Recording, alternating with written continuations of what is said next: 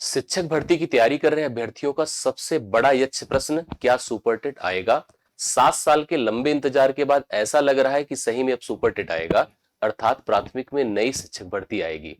कुछ दिन पहले जब अध्यक्ष ने पदभार संभाला है, नए अध्यक्ष महोदय ने, तभी से यह संभावना बन रही है कि नई भर्ती आपको देखने को मिलेगी। पदों की संख्या जो भी हो, लेकिन नई भर्ती देखने को मिलेगी।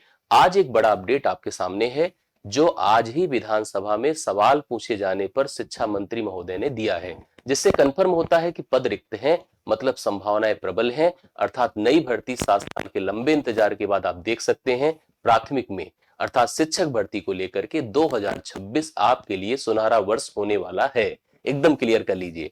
सबसे पहले आइए उस विधानसभा सत्र पर चलते हैं, उस लाइन को पढ़ते हैं, वहां से बहुत कुछ क्लियर और कैलकुलेशन होगा। मतलब एक प्रश्न 10वां पूछा गया था तृतीय सत्र 2025 का, जो आज ही विधानसभा के दौरान हुआ था। प्रश्न ये था कि आप बेसिक शिक्षा मंत्री बताने की कृपा करेंगे कि प्रदेश में बेसिक विद्यालयों में कितने छात्र अध्ययनरत हैं, मतलब ये भी चिंता है, अच्छी बात है, कितने बच्चे पढ़ रहे हैं, तथा उक्त हेतु शिक्षकों के कितने पद स्वीकृत हैं, उनके लिए कितने पदों का स्वीकृति दी गई है, तथा कितने शिक्षकों की नियुक्ति हुई है। इसके जवाब में जो आंकड़े सामने आए हैं, वो आंकड़े सच में अभ्यर्थियों के लिए खुशी की बात है कि आंकड़ों में स्वीकारा गया है कि उत्तर प्रदेश बेसिक विद्यालयों में वर्ष 2025 में 24-25 में 2,58,95,031 छात्र अध्ययनरत थे। करेक्ट है। तथा परिषदी जो आपके प्राथमिक विद्यालय, उसमें स्वीकृत कुल शिक्षकों की बात कर रहा हूं, 5,80,084 पदों के सापेक्ष 4,30,770 यहां पर शिक्षक कार्यरत है।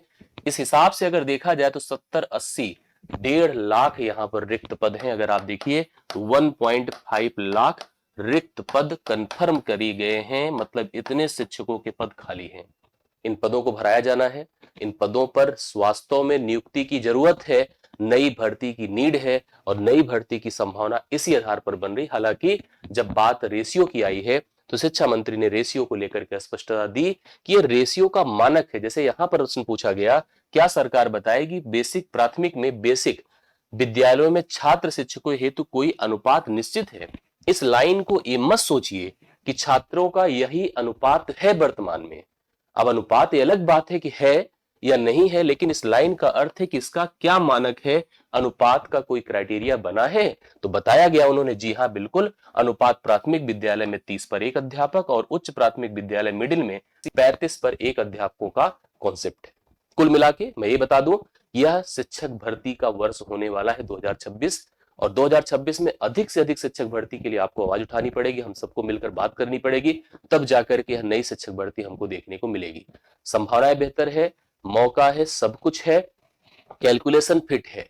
और सरकार, मैं आपको बता दूं, पहले भी कहते थे, सरकार चाह ही लेगी तो पद भी बन जाएंगे, भर्ती भी आ जाएगी, सबकी नियुक्ति भी हो जाएगी, मतलब सब कुछ हो जाएगा अगर सरकार अपने आधार पर चाह ले। और चाहना पड़ेगा क्योंकि 2027 में इलेक्शन है, 26 वर्ष है, 26 यहाँ पर भर्तियों का वर्ष है। 2026 उत्तर प्रदेश के, अगर कहें रोजगार की दिशा में, रोजगार की दृष्टि से सबसे गोल्डन ईयर होने वाला है। आप सभी लोग अपनी तैयारियां एकदम प्रोसेस कर दीजिए, पढ़ना शुरू कर दीजिए, एकदम लग जाइए। यूपी टेट भी दिख जाएगा, सुपर टेट भी आपके सामने आएगा।